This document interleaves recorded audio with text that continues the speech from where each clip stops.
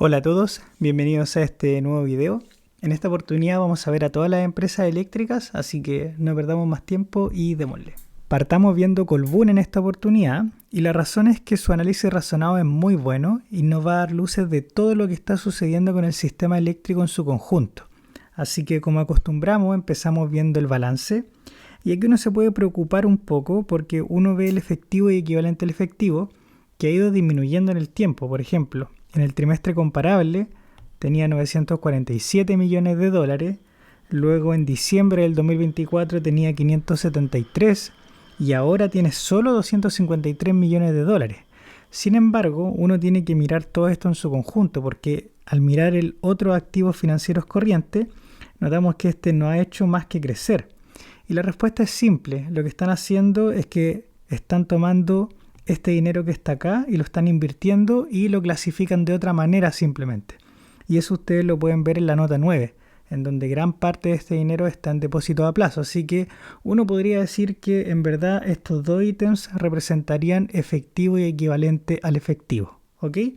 Y si uno lo mira de esa manera, vemos que en verdad la caja que tiene no ha cambiado mucho en lo que van estos últimos periodos. Así que termina con unos activos corrientes que ascienden a 1.5 billones de dólares o 1.500 millones de dólares. Y si uno lo compara con el total de pasivos corrientes, es bastante interesante el número. O sea, el balance es impecable, la verdad. No hay ningún problema. Después, si vamos a ver la deuda financiera, vemos que la de corto plazo es bastante bajita. Son solo 52 millones de dólares. Y si quisieran, por ejemplo, pueden pagar todo eso con el efectivo que tienen. Donde está la deuda gordita es acá, en la no corriente.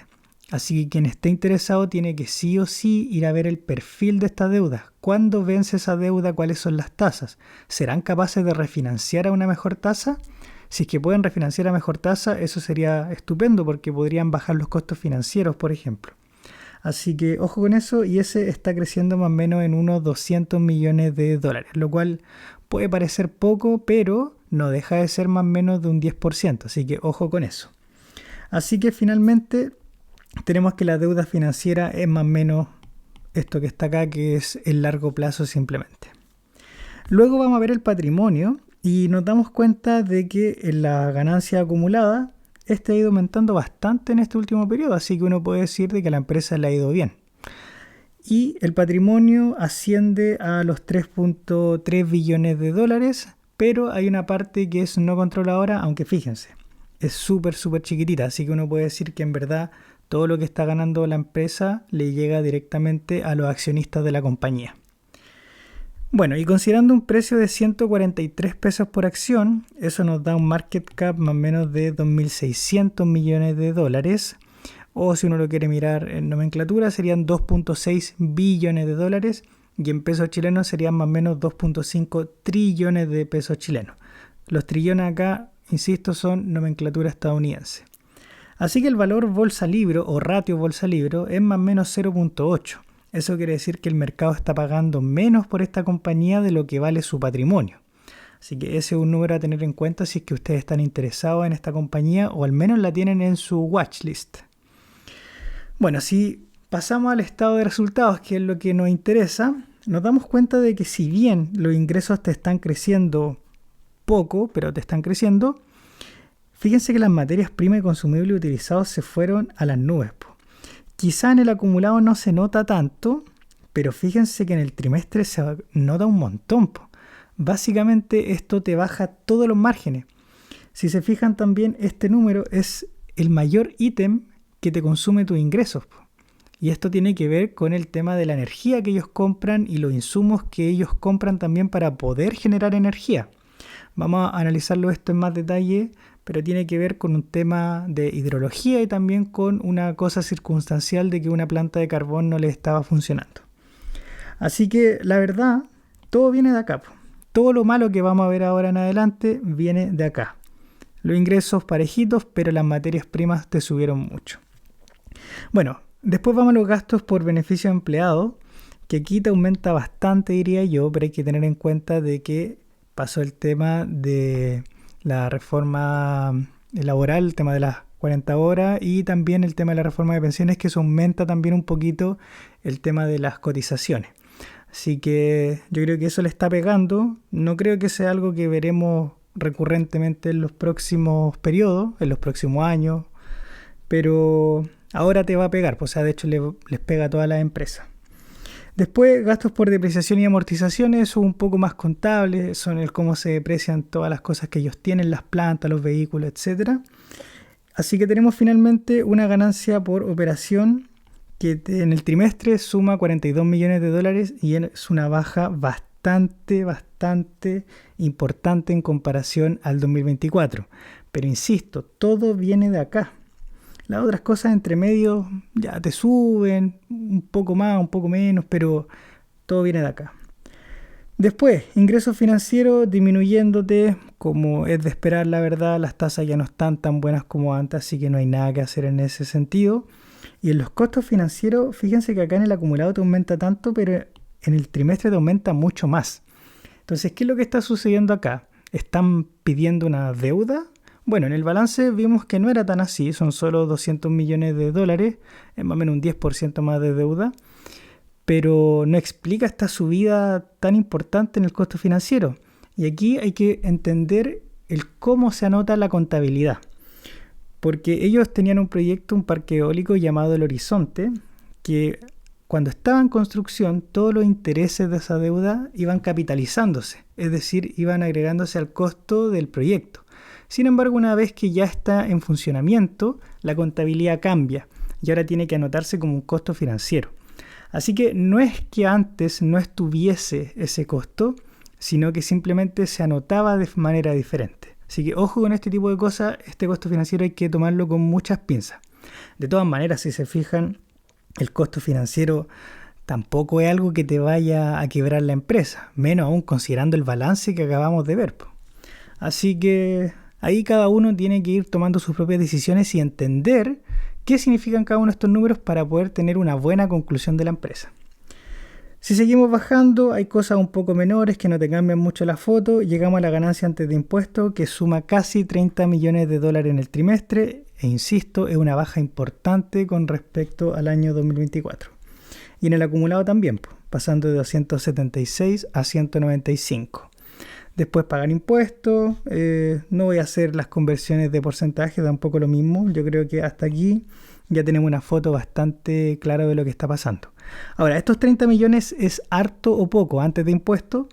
Revisé hacia atrás y la verdad es un trimestre bastante flojito. Es bastante malo este número, es dentro de los más bajos dentro de los terceros trimestres y también uno de los más bajos considerando cualquier trimestre. Pero yo creo que es algo más circunstancial lo que está sucediendo acá. Quizá el tema de la hidrología le puede pegar más, pero Colbún está invirtiendo harto en energía renovable. Lo vamos a ver inmediatamente en el razonado, cómo eso le ayudó en este trimestre, a que el número no sea mucho peor, por ejemplo. Así que tenemos una ganancia por acción que está en dólares, obviamente, porque toda la contabilidad está en dólares. Pero lo importante es pasarlo a pesos chilenos porque la empresa cotiza en pesos chilenos, cotiza más o menos a 140, como lo vimos anteriormente, exactamente a 143, la última vez que la vi. Así que el PER en este caso, bueno, el año 2023 era como 7.11, después subió a 8.57 y ahora en los últimos 12 meses está a un PER de casi 12.5. Entonces puede parecer bastante alto un 12.5. Sin embargo, hay que entender de que como este trimestre fue tan malo, eso hace que el ratio se te vaya a las pailas, se suba mucho, porque tu denominador bajó. Y aquí lo vemos también en cuanto a las utilidades. O sea, en los últimos 12 meses solamente tenemos 11.47 pesos por acción acumulados dentro de la ganancia. Pero insisto, es algo más circunstancial. Yo creo que un ratio más o menos estable, si es que uno, no sé, toma los últimos 5 años, serían más o menos de 10, 9, por ahí.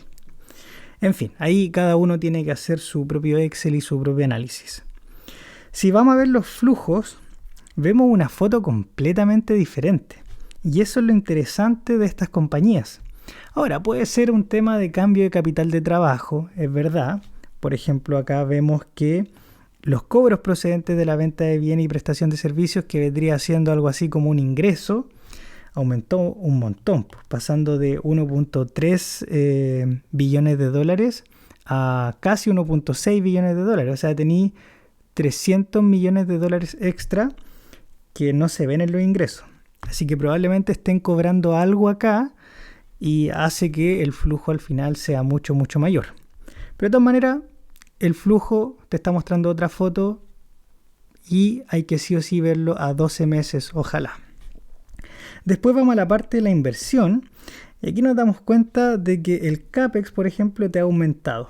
¿Por qué? Bueno, deben estar invirtiendo en cosas. Estas compañías son así, sobre todo las generadoras.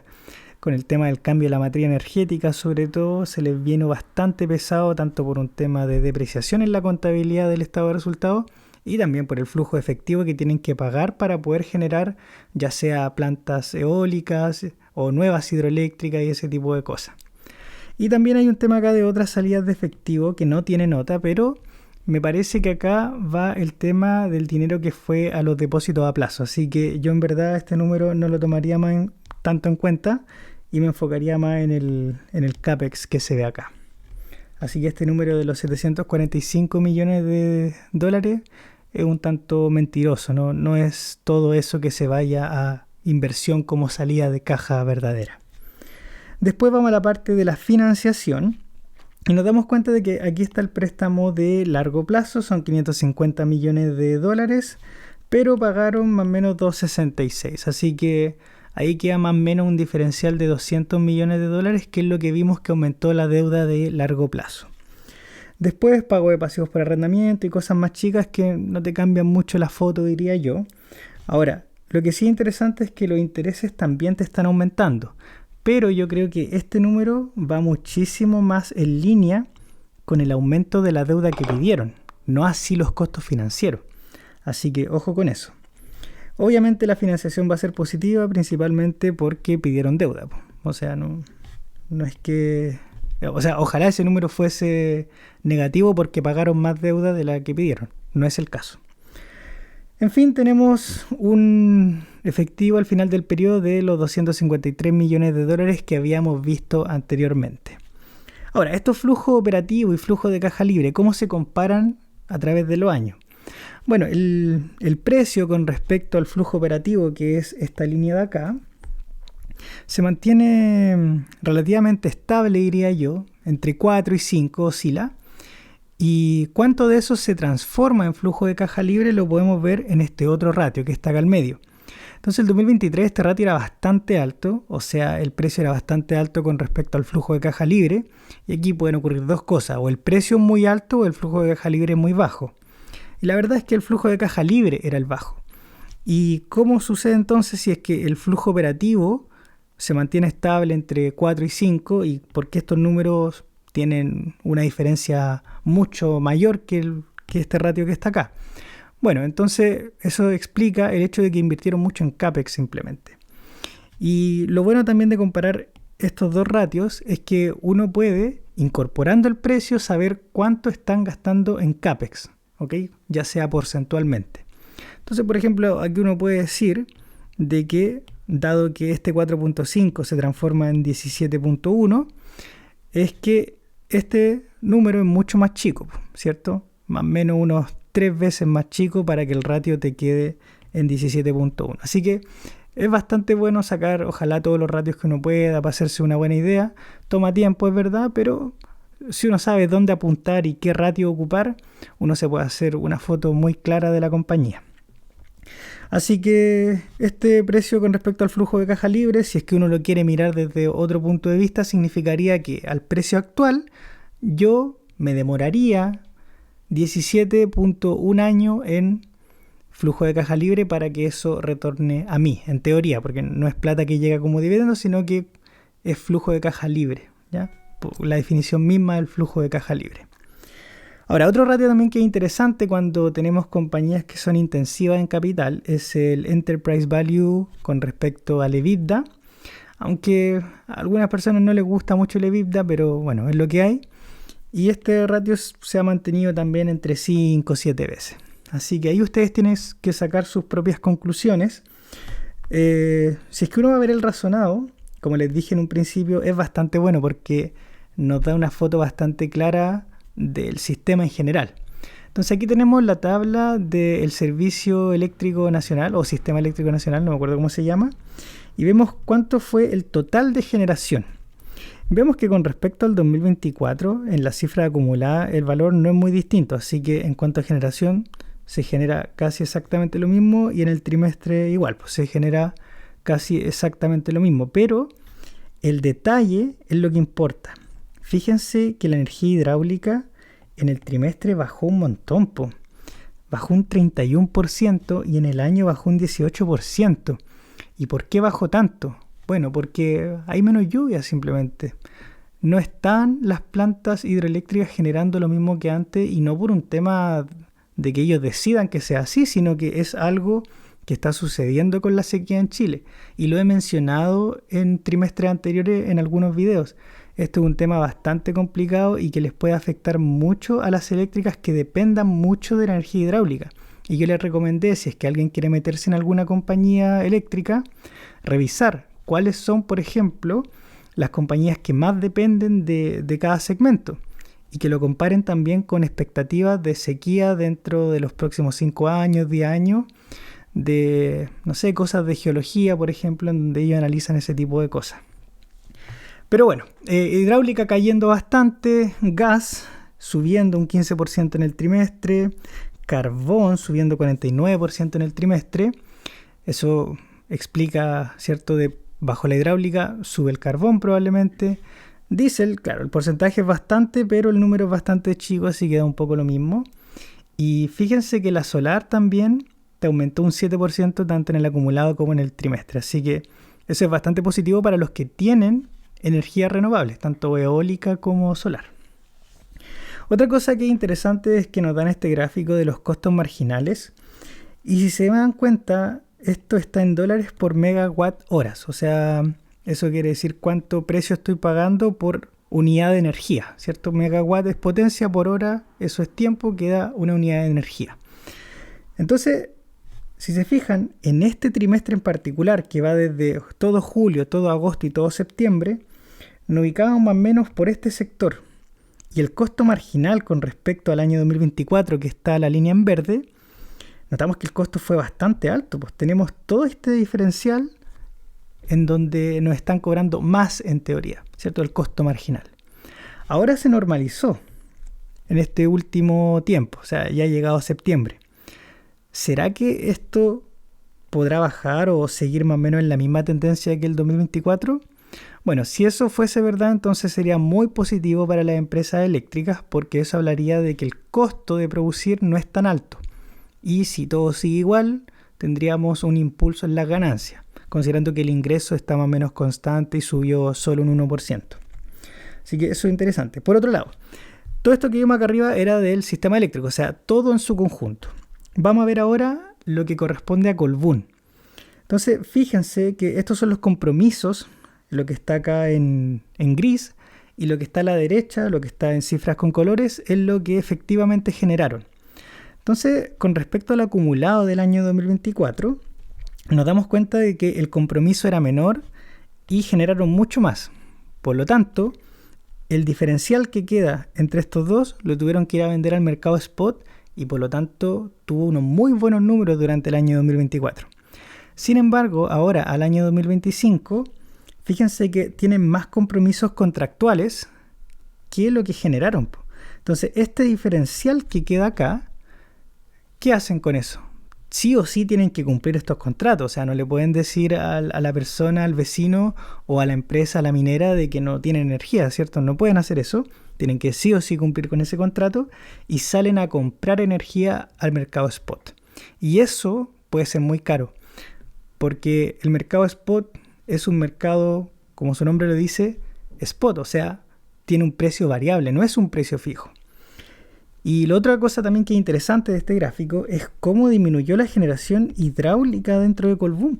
O sea, pasó de ser más de la mitad a ser cercano a la mitad. Y eso, insisto, es un golpe. Y lo que yo le decía anteriormente con respecto a la renovable es de que les vino a salvar un poco el pellejo a Colbún durante este trimestre o durante estos últimos 12 meses. De hecho, también en el trimestre se ve acá. bastante fome la comparación con respecto a la escala, pero bueno, igual se ve que este color, que es como naranjo, pasó de ser minúsculo a tener una participación bastante importante.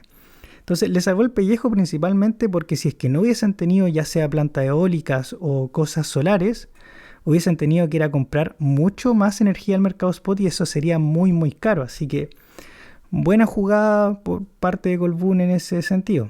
Y la parte hidráulica lamentablemente no pasa mucho por decisión propia. Así que es una pena. Bueno, ya se está alargando un poco la parte de Colbún, pero me interesaba porque esto me va a dar paso para hablar mucho más en él y Engie. Pero ya, enfocándonos en Colbún, nos damos cuenta de que el total de ventas físicas disminuyó en el 2025, tanto en el acumulado como en el trimestre. Aquí están los porcentajes de cambio.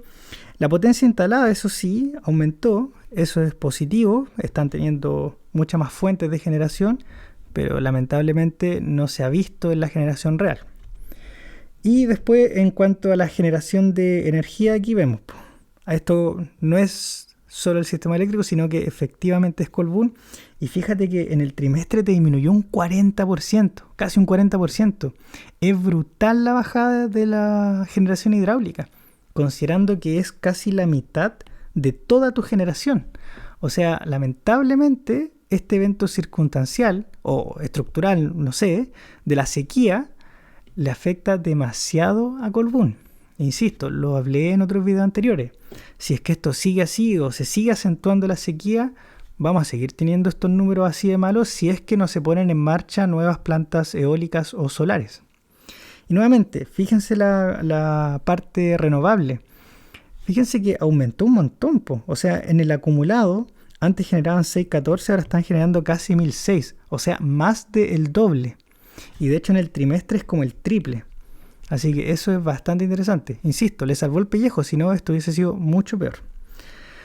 Así que eso con Colbún, pues ustedes tienen que analizar, yo creo que para tener una guía de cómo ver esto, primero ver si es que este tema de la sequía es estructural o no, ver cuánta potencia instalada tienen en hidráulica, ver si es que esto le puede seguir afectando en un futuro o no.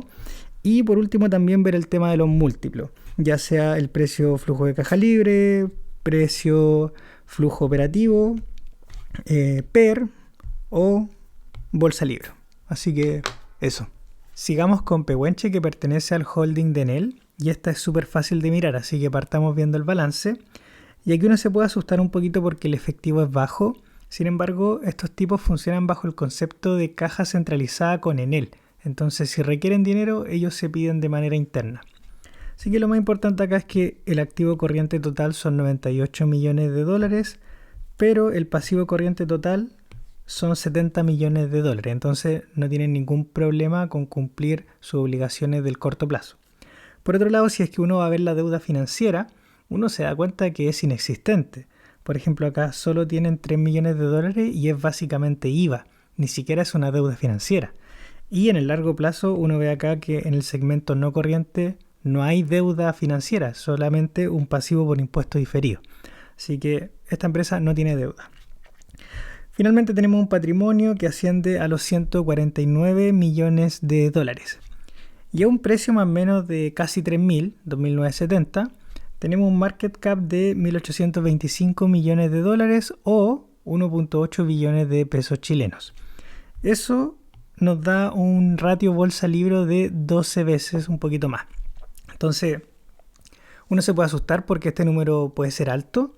Sin embargo, hay que entender que estos tipos tienen en patrimonio principalmente hidroeléctricas y con eso ellos tienen muchos retornos sobre el patrimonio. Entonces, es natural que una empresa que genere buenos flujos de caja y tenga poquito patrimonio tenga un valor bolsa libre tan alto.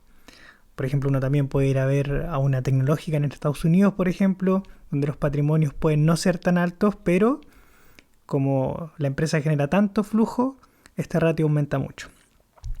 Ya, pasemos a ver el estado de resultados, que es lo que nos convoca, y nos damos cuenta de que el ingreso te está disminuyendo tanto en el trimestre como en el acumulado. Y eso es algo preocupante, diría yo. Lo hemos visto tanto en el trimestre anterior como en el primero, ahora de nuevo lo estamos viendo. Y por otro lado, tenemos que las materias primas y consumibles utilizados te disminuyeron también, entonces algo positivo al menos. Finalmente tenemos que el margen de contribución o ganancia bruta, si uno quisiera llamarlo de algún modo, te disminuye también tanto en el trimestre como en el no semestre, en los últimos 9 meses. Pero todo viene de acá, de que te están bajando los ingresos. Entonces, ¿qué está sucediendo?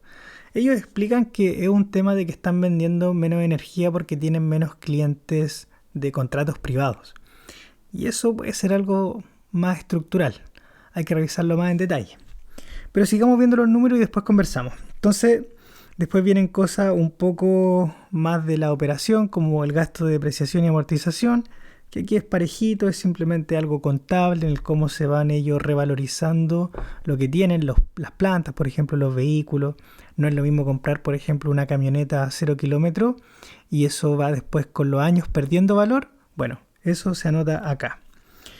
Después el resultado de la explotación disminuye tanto en el trimestre como en el semestre, pero insisto, todo viene de acá arriba. Lo positivo que veo acá es que al menos esta diferencia entre el ingreso que tuvo el 2024 y el 2025 se va diluyendo a medida que bajamos dentro del estado de resultados. Pero principalmente motivado por esta línea de acá, las materias primas y consumibles utilizados. Entonces es un gran ítem que hace que esa diferencia que era bastante grande se vaya diluyendo hacia abajo y llegamos a una diferencia de solo 5 millones de dólares. Quizá en el acumulado la foto es un tanto distinta, pero en el trimestre eso es bastante positivo. Después de ingresos financieros vemos que ha ido disminuyendo. Insisto, eso es algo normal, ha pasado con todas las empresas, así que no hay mucho de qué preocuparse.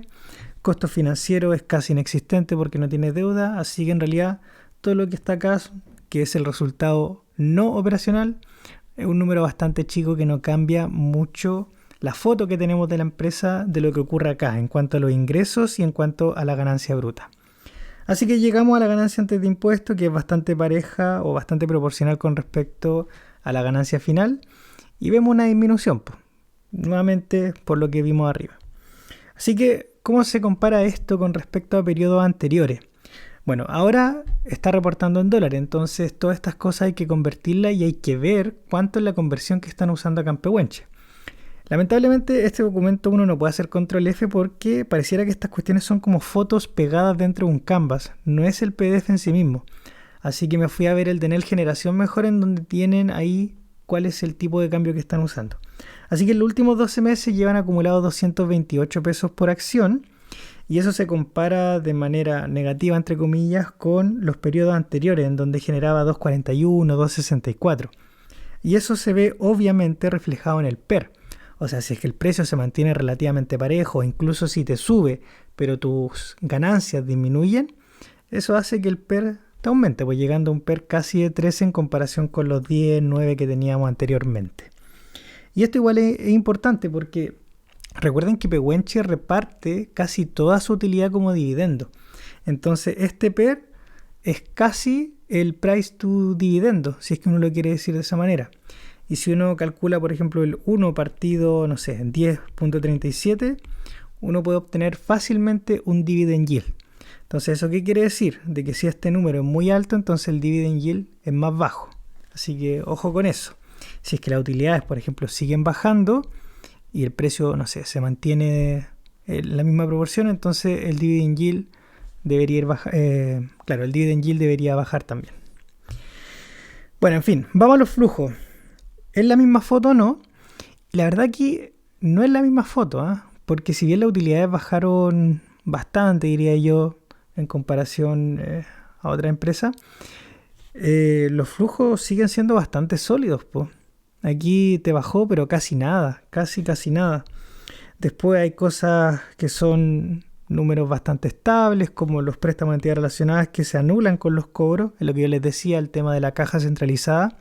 Si es que Pehuenche necesita dinero, pide a Enel y después le devuelve a Enel. Entonces todo eso se va registrando acá y esto básicamente que se anula. Entonces este número acá es básicamente muy chico, salvo pequeñas variaciones, que ahí después se va normalizando con los otros periodos. Y en financiación, fíjense, por lo único que hay dividendos. Y aquí pagaron 97 millones de dólares en dividendos, pero está bien cubierto por el flujo operativo. Y eso es generalmente algo que ocurre con esta compañía. Entonces hay que ver muy bien los flujos también, no solamente las utilidades, porque las utilidades también tienen cosas contables dentro. Así que bueno, si es que analizamos los flujos en comparación al precio, vemos que el ratio respecto al flujo operativo se mantiene dentro del rango de 10-12 veces. Y si se fijan, el precio respecto al flujo de caja libre son muy parecidos con estos números. Y no es un error. Esto quiere decir que básicamente todo lo que genera en flujo operativo esta compañía queda como flujo de caja libre, principalmente porque no tiene CAPEX. Así que es bastante parejita en ese sentido. Así que tenemos este price to free cash flow y lo mismo, entre 10-12 veces más o menos. Es el price to free cash flow y va en línea, dado que paga casi todo ese flujo operativo en dividendo. Uno puede hacer lo mismo, ¿cierto? Uno se da cuenta de que es casi parecido también con el tema del PER, y ahí uno, si hace 1 partido este número, obtiene ahí su dividend yield. Pero a mí lo que me preocupa de esta compañía, y lo he mencionado anteriormente, es el tema de los ingresos, que están cayendo, vienen cayendo trimestre a trimestre. Y si uno ve el detalle de los ingresos dentro de la nota 19 en este caso, uno se da cuenta que los clientes no regulados bajaron y bajaron mucho. ¿Quién se está llevando esos contratos? Por otro lado, vemos que quien salvó aquí la fiesta fue la venta del mercado spot, en donde si uno lo mira por dinero, ¿cierto? Por dólar estadounidense, claro, ese número es alto, pero si uno mira el detalle dentro del análisis razonado, ellos se dan cuenta que la energía vendida bajó, bajó caleta, bajó mucho. ¿Y qué es lo que salvó la fiesta? El tema del precio. O sea, el mercado spot tuvo un aumento de un 26.8% en el precio. Entonces, si es que esto no hubiese sido así, este número hubiese sido horrible. Así que ojo con esta empresa. Ahora, yo no sé la operativa interna, no sé si alguien lo sabe, quizá alguien que trabaje, para saber si es que hay una decisión técnica detrás en donde ellos digan, ok, no te voy a vender a ti como contrato privado, quizá lo toma en el generación, por ejemplo, porque es más barato transmitirte la energía, y Pehuenche se dedica a vender al mercado spot porque, no sé, está bien ubicada cerca de Talca y puede repartir cerca del Valle Central, no sé, una cosa así. No sé si es que existe ese mecanismo detrás dentro de esta compañía, pero si es que no existiese algo así y nos dejáramos guiar solo por los números, lo que estamos dando cuenta acá es de que el controlador está dejando un poco de lado esta compañía. Y ese es un tema porque en el generación, o en él en general, quiere comprar Pehuenche desde hace mucho tiempo, pero tienen un minorista que es Tricahue y todos los minoristas que estén dentro, que se han opuesto a vender esta compañía. Entonces yo no sé si hay cosas políticas también pasando detrás, en donde al final los clientes privados te lo está bajando, se lo está llevando otro, y le dejáis toda la volatilidad de los precios a Pehuenche. Así que bueno, ojo con eso, son solo hipótesis, no sé lo que está sucediendo, pero es preocupante este tema, porque estos son clientes no regulados, son empresas privadas que contratan esta generadora. Y si te baja eso, te quita una patita que es súper estable, por decirlo de alguna manera. Y Pehuenche ha sido una empresa súper estable durante todos los años anteriores. Y si tú le agregáis esta volatilidad del mercado spot, puede que ya no sea una empresa tan estable de que a futuro. Y en consecuencia los dividendos no sean tan estables. Pero bueno, ahí cada quien hace su propio análisis. Antes de despedir Pehuenche, lo olvidaba, era mencionar de que esta compañía solo tiene hidroeléctrica. Por lo tanto, puede ser una de las razones por las que vendieron menos energía. Y es que generaron menos energía simplemente. Aunque esa información no aparece en ningún lado. No aparece ni en el razonado, ni tampoco en los detalles de los estados financieros. Así que ahí vamos a quedar con la duda de si es que es por menos generación o simplemente por un tema de menos contratos. Sigamos ahora con Enel Generación. Y dado que vimos a Colbún y a Pehuenche, tenemos la película mucho más clara y podemos avanzar de manera mucho más expedita. Así que partamos viendo el balance y nos damos cuenta de que la caja ha ido disminuyendo a lo largo del tiempo y junto con todos estos otros ítems que están dentro, hacen que el activo corriente total le pase lo mismo. Ha ido disminuyendo con respecto a periodos anteriores. Sin embargo, esto no es algo malo per se, porque por ejemplo, si es que vamos a ver los pasivos corrientes totales, nos damos cuenta de dos cosas. Uno, este también ha ido disminuyendo con el tiempo, y por otro lado, si es que calculamos la razón corriente, nos damos cuenta de que esta es casi 2. Si se fijan, sería dividir este número partido este número. O sea que no tienen ningún problema con cumplir sus obligaciones dentro de los próximos 12 meses. Y algo más interesante aún es que cuando vemos la deuda financiera, primero la de corto plazo disminuyó bastante. O sea, fueron capaces de pagar casi toda esta deuda, que eran 542 millones de dólares. Ahora solo tienen 54 millones de dólares. O sea, pagaron el 90%. Y por otro lado, cuando vemos la deuda de largo plazo, esta también ha ido disminuyendo. O sea, estos tipos aprovecharon buenos periodos para pagar bastante deuda, y eso es bastante interesante. O sea, si te va bien, tuviste buenos flujos, pagáis deuda, que hay con una empresa mucho más livianita. Así que, bueno, eso es bastante interesante por parte de Enel Generación. Ahora, si seguimos avanzando, llegamos al patrimonio y nos damos cuenta de que este asciende a los 2.7 billones de dólares. Y a un precio más o menos de 4,79 pesos por acción. El market cap son más o menos 4.000 millones de dólares o 4 billones de dólares. Así que tenemos un bolsa libre cercano al 1.5 veces. Eso quiere decir que el mercado te está pagando un 50% más que el patrimonio o lo que vale el patrimonio de la compañía. Así que eso es bastante interesante. Ustedes ahí lo toman con pinza y ven si les gusta o no les gusta este número. Recuerden, eso sí, de que Enel Generación consolida con Pehuenche, porque Enel Generación es un accionista de Pehuenche. Así que hay varias cosas acá que tienen que tener en cuenta. Si seguimos avanzando, vamos al estado de resultados.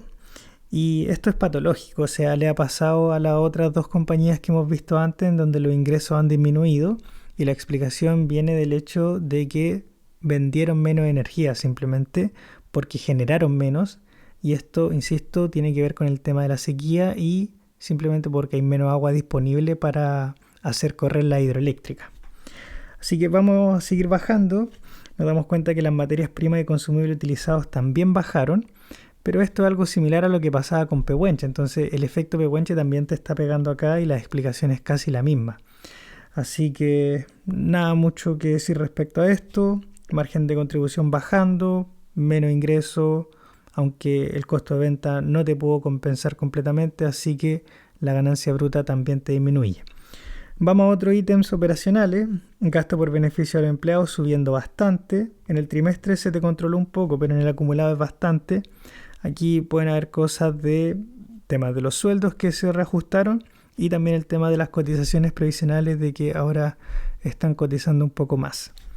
Después hay cosas contables como depreciación y amortización, que en realidad yo ajustaría por eso, la verdad.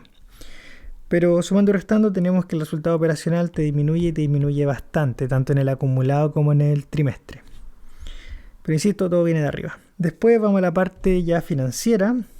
Ingresos financieros. Bueno, ahora sí tenía ingresos financieros, aunque aquí hay que ver bien la nota 32, porque yo me acuerdo de que aquí pasaba algo durante el 2024 por el tema del cambio de moneda, en donde creo que liquidaron ciertos instrumentos de cobertura. Pero ahí les dejo el detalle a ustedes. Después costos financieros aumentando, y esto también es raro. Yo creo que tiene que ver nuevamente temas de derivados de cobertura. No creo que sea deuda, porque la deuda ha ido disminuyendo mucho. Así que ojo con eso. Y otra cosa igual, por lo que recuerdo. Tenían un proyecto, el proyecto Los Cóndores, en donde lo que sucedió es algo similar a lo que pasaba en Colbún.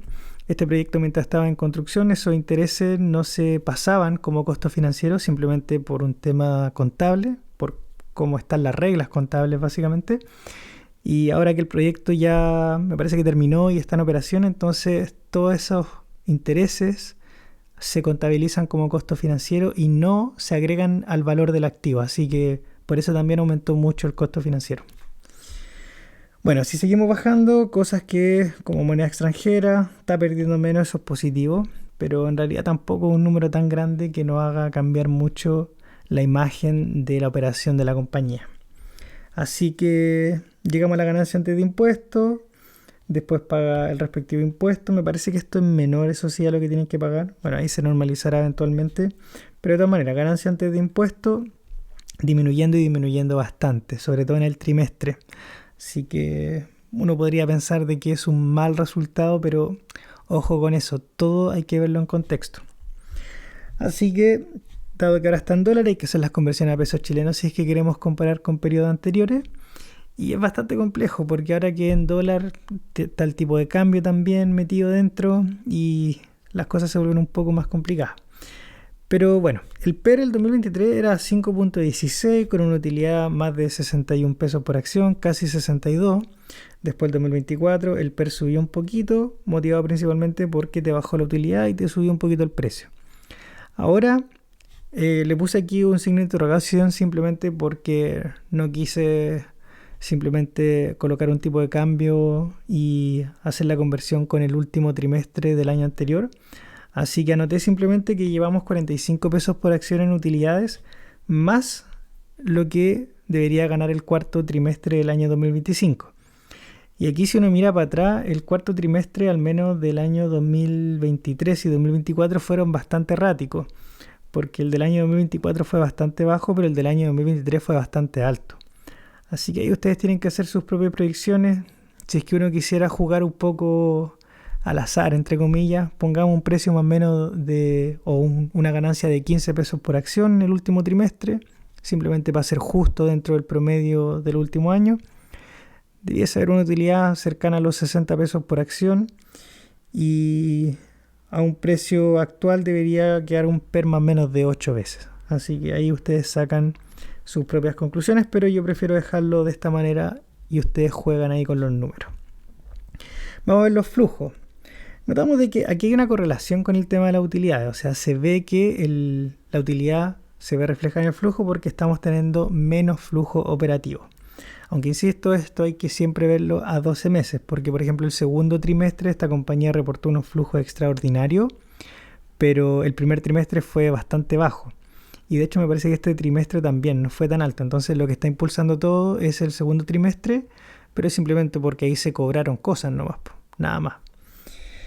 Así que insisto, mejor 12 meses. Después, este tema de cobros y préstamos de entidades relacionadas, que es con esta cosa de la caja centralizada que se prestan con la matriz de Enel Chile. Así que ahí da un poco lo mismo. Lo importante es el CAPEX acá. Y vemos que en verdad es bastante reducido la compra de propiedades, plantas y equipo, al menos en lo que llevan estos 9 meses. No sé si esto se va a disparar en algún momento o cuál es el plan de ellos para el CAPEX. Habría que ir a ver quizá la memoria anual. Pero de todas maneras bastante controlada y bastante menor a los años anteriores. Y después vamos a la financiación. Vemos que en cuanto al reembolso de préstamo pagaron poquito, pero es porque ya tienen muy poca deuda en comparación a los años anteriores. De hecho aquí también tienen una deuda grande que pagaron, 434 millones de dólares. Así que bien por ellos. Y fíjense aquí el dividendo, el sabroso dividendo, y esto es algo que yo hablé en su momento. El mercado no estaba tomando en cuenta el dividendo que había anunciado Enel Generación. De hecho pasó desapercibido por mucho tiempo. Estos tipos marcaron su hecho esencial diciendo del cambio de moneda funcional, etcétera, etcétera, y el dividend yield era mucho más de un 10% y el mercado no reaccionó hasta que la fecha de corte se hizo eventual. Entonces, los que agarraron un poco de Enel Generación en ese momento, cuando yo lo dije, agarraron un muy buen dividendo. Se llevaron, bueno, ahí depende de cuántas acciones tengan, pero la empresa repartió 491 millones de dólares. Así que sumando y restando quedan con una caja de 168 millones de dólares. Ahora, si uno mira los flujos en perspectiva, notamos que anteriormente esta empresa no se caracterizaba por tener múltiplos tan altos con respecto al flujo que generaba. De hecho, el 2023 y 2024 estaba en el piso, si se fijan, 2.7 veces. Por otro lado, tampoco tenían un CAPEX tan alto. Así que gran parte de ese flujo operativo se convertía en flujo de caja libre, haciendo que este ratio sea bastante bajo. De hecho, esto te está diciendo de que en 3.3 años esta empresa es capaz de devolverte la capitalización de mercado en flujo de caja libre, lo cual es bastante inusual si es que uno lo quiere ver de cierta manera. Ahora ya para este año 2025 los ratios se han ido normalizando un poco en post también de todo lo que ha sucedido con el IPSE, con la bolsa local, pero ahí ustedes tienen que analizar de si este múltiplo o estos múltiplos, perdón, que están acá siguen siendo atractivos o no, pues. O quizá ya no es tan atractivo, quizá ya está un poco caro para ustedes. Bueno, en fin, ahí cada uno hace su propio análisis. Lo que, insisto, me preocupa un poco es que están generando menos, la dependencia de la hidroeléctrica es importante.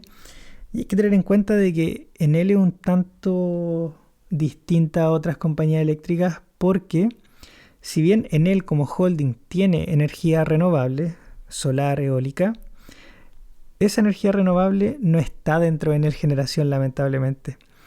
Esa parte de renovable está en Enel Green Power. Enel Green Power no cotiza en bolsa, pero es parte del holding. Entonces, cuando uno ve Enel Chile, ahí uno ve la consolidación de Enel Green Power junto con Enel Generación y Enel Distribución. Pero lamentablemente, si es que uno compra Enel Generación, no tiene exposición a renovables como uno lo podría tener en Colbún. Pero ahí el análisis, insisto, queda para cada uno. Para ir finalizando con el holding de Enel, vamos a ver a Enel Chile. Y en esta oportunidad me voy a saltar Enel Distribución porque es una empresa bastante regulada, tampoco la entiendo del todo y también es bastante ilíquida en bolsa. Así que vamos directamente al balance de Enel Chile. Y hay que recordar que Enel Chile es el holding, la casa matriz. Y todo lo que está debajo consolida con Enel Chile. Así que acá vamos a estar viendo los números tanto de Enel Generación, Enel Green Power y Enel Distribución. Así que démosle. Primero, efectivo. Notamos que con respecto a finales del año 2024 el cambio no es muy importante, como sí lo es con respecto al principio del año 2024. De hecho, tenemos más o menos la mitad de la caja. Y también si vemos el total de activos corrientes, este ha ido disminuyendo con el tiempo. Ahora insisto, eso también lo vimos en Enel Generación, así que como consolida no hay mucha sorpresa. Pero lo importante es ver cuánto pasivo corriente total tiene y nos damos cuenta que es 1.9 billones de dólares. Por lo tanto, como en activos corrientes totales tiene casi 2.1, así que la liquidez corriente es sana, diría yo. No es tan interesante como la de Enel Generación, pero igual es una liquidez corriente mayor a 1, así que no debiesen tener problemas con cumplir sus obligaciones dentro de los próximos 12 meses. Ahora, si vamos a ver el tema de la deuda financiera, nos damos cuenta que la de corto plazo son solo 129 millones de dólares y el grueso de la deuda está acá, en el largo plazo. Y ahí hay que entender cuál es el perfil de la deuda, eso es una de las cosas más importantes.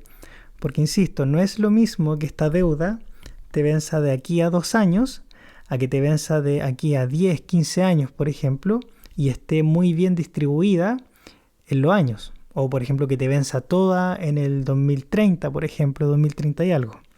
Así que ojo con eso. Finalmente tenemos un patrimonio que asciende a los 5.4 billones de dólares, pero lo que corresponde a la controladora son solo 5.1 billones de dólares. Ahora, a un precio más o menos de 70 pesos por acción, eso me da un market cap más o menos de 5.1 billón de dólares. Por lo tanto, el ratio bolsa-libro es muy cercano a 1 y eso significa que el mercado está pagando más o menos el patrimonio de la compañía. Y bueno, eso puede ser interesante o no considerando que es un holding. Ahora, si seguimos avanzando, vamos al estado de resultados. Y aquí recuerden que Enel Generación representa casi el 2/3 de los ingresos de Enel Chile. Así que no es sorpresa si es que vimos en Enel Generación que los ingresos disminuían, ver también que acá los ingresos disminuyen. No hemos visto en Enel Distribución, pero bueno, considerando que gran parte del peso se lo lleva Enel Generación, uno podría asumir que gran parte de estos números van a seguir la misma línea, salvo ciertas cosas entre medios que van a ser propias del holding y lo vamos a ver inmediatamente. Después tenemos que las materias primas y consumibles utilizados te bajaron un poco, muy en línea con la bajada de los ingresos, así que el margen de contribución acá logró ser compensado, por esta disminución de las materias primas. De hecho, en el acumulado te aumenta y lamentablemente en el trimestre no te lo alcanza a compensar, así que te disminuye. Si seguimos bajando, hay cosas que no son tan relevantes. De hecho, tampoco te aumenta tanto el número en beneficio del empleado. Después esta cosa es más contable, el gasto de depreciación y amortización es propio de estas compañías que tienen muchos equipos, plantas, ¿cierto? Entonces un número mucho más contable, no lo tomaría tanto en cuenta, la verdad. Lo más importante es el gasto a los beneficios por empleado.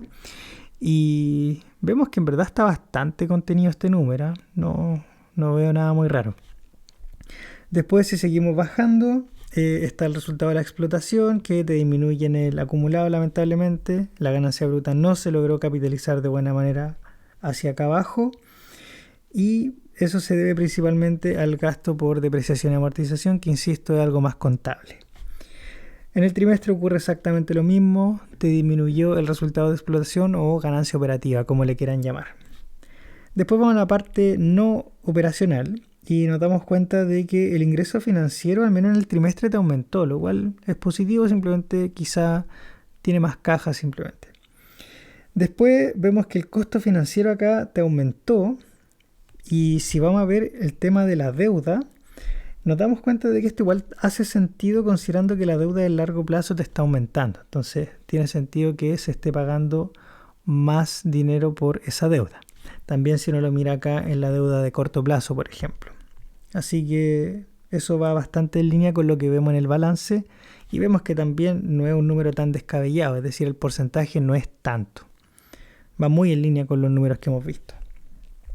Así que sumando y restando tenemos una ganancia-pérdida que te disminuye de manera importante con respecto al trimestre anterior y también con respecto al acumulado del año anterior.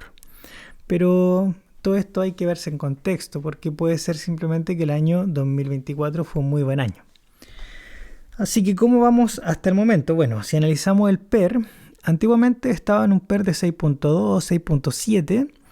Y aquí hay que tener ojo porque el año 2024 estos tipos se anotaron una cosa contable en donde ellos discontinuaron las coberturas que tenían porque como iban a adoptar el dólar, ya no iban a tener que tener cobertura para el dólar porque su moneda funcional cambió.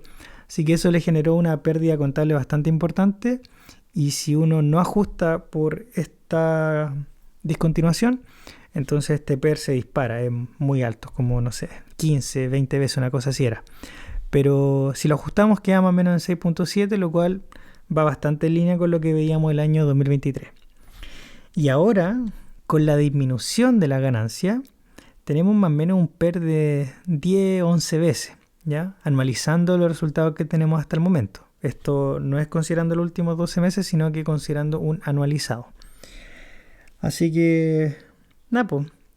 Imagínense, quizá esto sea algo más circunstancial, ya sea por lo que vimos en Pehuenche o en Enel Generación, y lo que vemos es algo circunstancial, y por lo tanto este PER es circunstancial y ustedes tienen que decidir si es que, dado las circunstancias, este PER es alto o no, ¿ya? Si es que las circunstancias, por ejemplo, cambian y tenemos un viento a favor, ya sea porque llueve más o qué sé yo, este PER bajaría evidentemente porque nuestras utilidades serían mayores. Y vamos a ver rápidamente los flujos sin entrar mucho en detalle. Nos damos cuenta de que el flujo es bastante estable, no cambia mucho con respecto al acumulado del año anterior y eso no va muy en línea con lo que vemos en las utilidades. Pero eso tampoco es algo malo per se. Recuerden que las utilidades hay muchas cosas que son contables, como por ejemplo el gasto de depreciación y amortización, que eso no se ve en el flujo de efectivo. Después, en cuanto a la inversión, vemos que el CAPEX disminuyó considerablemente, pero esto siempre hay que verlo a 12 meses porque puede ser simplemente que el cuarto trimestre ponga mucha plata en alguna inversión o algún CAPEX de mantención, qué sé yo. De todas maneras, lo importante y lo que uno debiese poner el ojo es de que el CAPEX no sea mayor a lo que está entrando como flujo operativo a la compañía. Yo creo que eso es lo fundamental y es lo que hay que tener en cuenta. Después vamos a la parte de financiación, vemos que están pidiendo un préstamo por 190 millones de dólares, están reembolsando 163, o sea que están pidiendo más deuda de la que están pagando. Por otro lado, aquí está el dividendo, que es bastante parejito con respecto al año 2024, es el que pagaron en mayo, si mal no recuerdo. Por otro lado, los intereses pagados aquí te están disminuyendo, y eso es distinto a lo que vemos acá. Entonces puede ser de que el costo financiero tenga que ver más con cosas contables que con intereses de verdad, porque al menos en el flujo efectivo vemos algo distinto. Así que sumando y restando quedan con una caja de 373 millones de dólares y eso es bastante menor a lo que tenían en el periodo anterior de 530 millones de dólares. Pero de todas maneras, 373 millones de dólares no está nada mal considerando las magnitudes que hemos visto en los balances y lo que genera también en ganancias y ese tipo de cosas. De hecho, por ejemplo, acá en ganancias, en los últimos 9 meses ha generado 384 y tiene más o menos eso mismo en caja, así que es bastante positivo, la verdad. Así que eso con Enel Chile. Para ir cerrando este video de las eléctricas, vamos a ver a Engie y saltemos directamente al balance para darnos cuenta que la caja está disminuyendo más o menos a la mitad con respecto al año 2024 y es el principal driver de que tus activos corrientes totales disminuyan más o menos en 200 millones de dólares. Ahora, esto no tiene por qué ser algo malo, la verdad. Así que vamos a ver el pasivo corriente y nos damos cuenta de que estos totalizan 451 millones de dólares. Por lo tanto, es un balance bastante sólido, al menos en la parte corriente, y no tienen ningún problema con pagar todas sus obligaciones dentro de los próximos 12 meses. Ahora, vamos a la deuda financiera y al igual que muchas otras compañías, gran parte de la deuda financiera está acá, en la parte no corriente. Son 2.1 billones de dólares, es decir, son más o menos 2 trillones de pesos chilenos. Es una deuda bastante alta, pero que se ha mantenido parejita con respecto al cierre del año 2024. Lo importante, como he mencionado en otras oportunidades, es ver el vencimiento de la deuda. No es lo mismo que te venza mañana a que te venza en 10 años más, así que ojo con eso. Por otro lado, la deuda financiera que es de corto plazo disminuyó bastante, así que puede ser una de las razones de las cuales por qué también el efectivo te disminuyó tanto. Así que sumando y restando tenemos un patrimonio que asciende a los 1.7 billones de pesos chilenos. Y si se dan cuenta no hay participaciones no controladoras, así que todas las ganancias que veamos acá y todos los flujos corresponden efectivamente al accionista.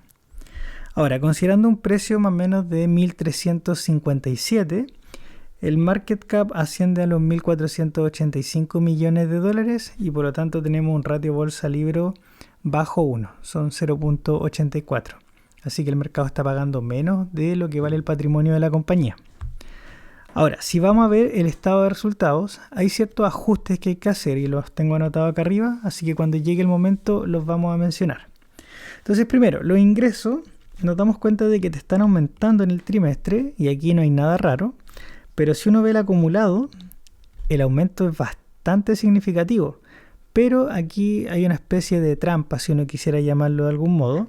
Entonces tenemos 1.600 millones de dólares, de los cuales 100 millones corresponden a un ingreso extraordinario por un arbitraje que tuvieron contra una empresa proveedora de gas. En este caso era Total Energy. Así que son dos empresas francesas que se enfrascaron en algo. Así que es un ingreso extraordinario, no tiene que ver con la operativa del negocio. Así que son 100 millones de dólares que, si bien van a estar acá en los registros contables, no pertenece a la operativa, ¿cierto? Al core del negocio.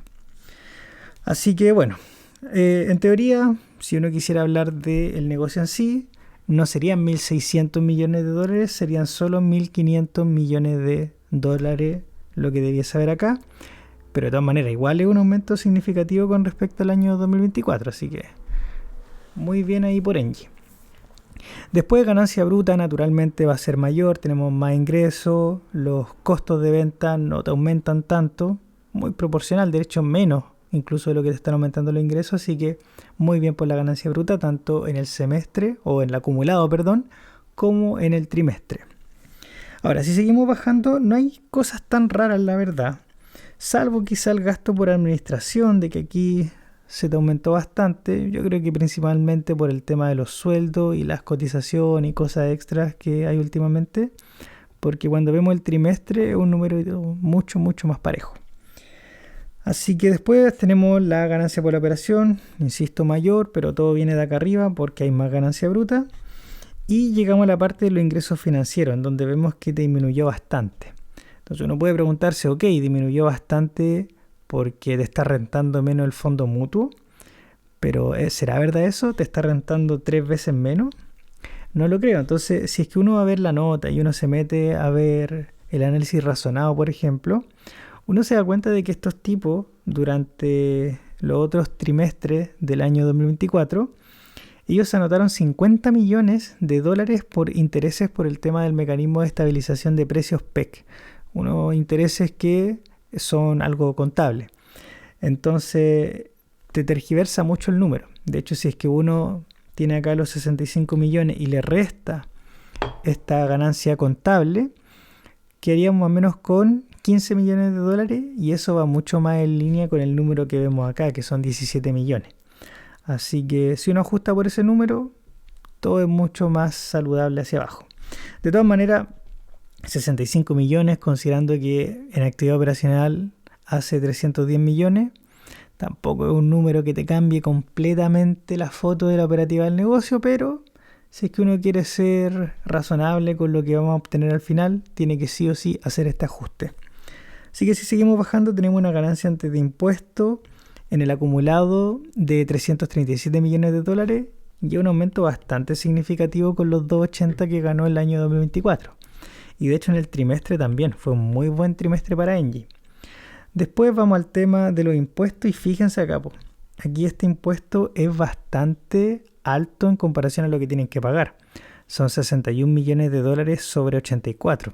Eso es muchísimo más que el 27% corporativo, así que estos tipos se están cargando impuestos en este trimestre en particular. Ahora, si es que uno entra en el detalle, uno se da cuenta de que tiene que ver con un reconocimiento de unos impuestos diferidos que tenía alguna filial. Así que nuevamente algo contable simplemente, y ellos le llaman que en vez de generar un goodwill, que es como cuando una empresa compra a otra a un precio mayor de lo que vale, y se tienen que anotar ahí un goodwill para que todo calce bien, en este caso fue un badwill, ¿ok? Así que algo no recurrente por impuestos diferidos simplemente. Entonces eso te afea bastante los números, porque ahora vemos la ganancia total y vemos que son solo 22 millones y uno se puede alarmar, ¿cierto? Uno puede pensar, ganó menos de la mitad de lo que ganó el trimestre comparable. Pero eso no es así. La foto verdadera está acá. Ok, entonces, ¿cómo se ve el PER en este caso? El 2023 no hay mucho que ver porque las utilidades fueron negativas, principalmente por temas de las cosas a carbón que tenían que reconocieron como pérdida contable. Después del 2024 el PER era bastante bajito, principalmente motivado por las bajas expectativas que habían por periodos anteriores. Entonces un PER de 4.20 simplemente. Y en lo que llevamos estos últimos 12 meses, el PER es de 6.30, aunque hay que hacer ciertos ajustes, ¿cierto? Por el tema de los 100 millones de dólares, por los 50 millones de dólares acá, y también por temas de el impuesto diferido. Así que si es que uno ajusta por todas esas cosas, el PER queda más o menos en 8.7 veces. Vamos a ver ahora los flujos. Y aquí es interesante porque fíjense la operativa, ¿de verdad generó tanta plata? O sea, ¿le está yendo tan bien al negocio? Y la respuesta es mixta. Efectivamente le está yendo mejor al negocio, pero también está ocurriendo algo, y es que todos estos mecanismos de estabilización de precios y todo lo que pasó con la congelación de las tarifas, lo que hicieron estas empresas generadoras es vender esos cupones, vender como esa deuda de que eventualmente se iba a pagar, a factoring, es decir, empresas que al final te daban plata instantánea a cambio de ese cupón que decía que el Estado te iba a devolver esa plata en algún momento. Y eso te genera flujo inmediato, o sea, te genera plata de manera inmediata. Entonces eso se anota acá en el flujo efectivo. Y por lo tanto, por eso vemos a veces de que los flujos de las generadoras fueron tan altos, simplemente porque vendieron esos cupones y le llegó el dinero inmediatamente. Así que por eso la respuesta es mixta. Efectivamente sí le está yendo mejor, pero no le está yendo tan mejor. O sea, no le está yendo 4 veces mejor, por ejemplo. Así que ojo con estos números, hay que entender bien lo que hay por debajo. Y por otro lado, si es que uno quiere tener una visión real de la compañía, hay que sí o sí verlo a 12 meses, no hay de otra. Incluso más de 12 meses. Yo lo que hago generalmente también es como tomar 3 años, 2 años y después hacer como el promedio de los últimos 3 años para ver si es que la compañía es parejita o no. Entonces ahí uno puede tomar distintos periodos y jugar con los números. Ok, si seguimos avanzando está la compra de propiedades, plantas y equipos, que son actividades de inversión. Y aquí está algo de que viene sucediendo hace rato con esta compañía. Está invirtiendo mucho en CAPEX. Recordemos que esta empresa en un momento dependía mucho del carbón, de las termoeléctricas. Y con el tema de la descarbonización de la matriz energética en Chile, tuvieron que invertir mucho dinero en CAPEX para poder transformar toda su matriz a principalmente fuentes renovables, ya sea eólica o solar. Entonces están invirtiendo mucho en CAPEX, van a seguir invirtiendo en CAPEX, esto yo lo he mencionado en videos anteriores, pero tiene buena posición de caja, tiene buen balance, ¿no? Tiene, digo yo, para poder hacer este CAPEX. Y claro, en un momento se mamó esas pérdidas contables por el tema de cerrar ciertas plantas, qué sé yo, a carbón, pero ahora se ve mucho más sólida de lo que se veía antes y al parecer este CAPEX le está rindiendo frutos porque si es que uno compara así a grosso modo con la otra eléctrica, vemos que los ingresos están aumentando, pues. Están aumentando, estáis teniendo más utilidades en comparación con las otras que se han visto disminuidas en su ingreso y en sus utilidades. Así que ojo con Engie. Yo lo comenté en algún momento, era una empresa que me parecía interesante. Y un disclosure aquí, yo no poseo ninguna acción de esta compañía, así que no tengo conflicto de interés. Así que bueno, si seguimos avanzando, vamos a la parte de financiación. Nos damos cuenta de que hay préstamos que están involucrados acá. Pero fíjense que están pidiendo mucho menos plata que antes. Son solo 122 millones de dólares. Y por otro lado están pagando 228. Así que están deshaciéndose de la deuda y eso es algo que también vimos en el balance. Por lo tanto, no hay nada raro con esto. Sumando y restando tenemos una caja de 252 millones de dólares. Así que eso con Engie. Ahí ustedes tienen que analizar el PER y las perspectivas que ustedes tengan de esta compañía. Yo la recomendación que le haría es similar a la que les dije con respecto a Colbún. Vean más o menos cuál es la matriz energética que tiene. Pueden ver el razonado también de Engie, que no lo vimos como en temporadas anteriores por temas de tiempo. Pero hay que tener en cuenta de que estos tipos siguen teniendo hartas centrales a carbón, a gas, harta cosa termoeléctrica. Y les queda camino por recorrer, pero bueno, ahí ustedes tienen que comparar y hacer su propio análisis. Bueno, y eso ha sido todo por esta oportunidad. Recuerden que se viene el video de las AFPs y todas las otras empresas que quedan por ver. Así que nos vemos en la próxima y que estén muy bien. Chao, chao.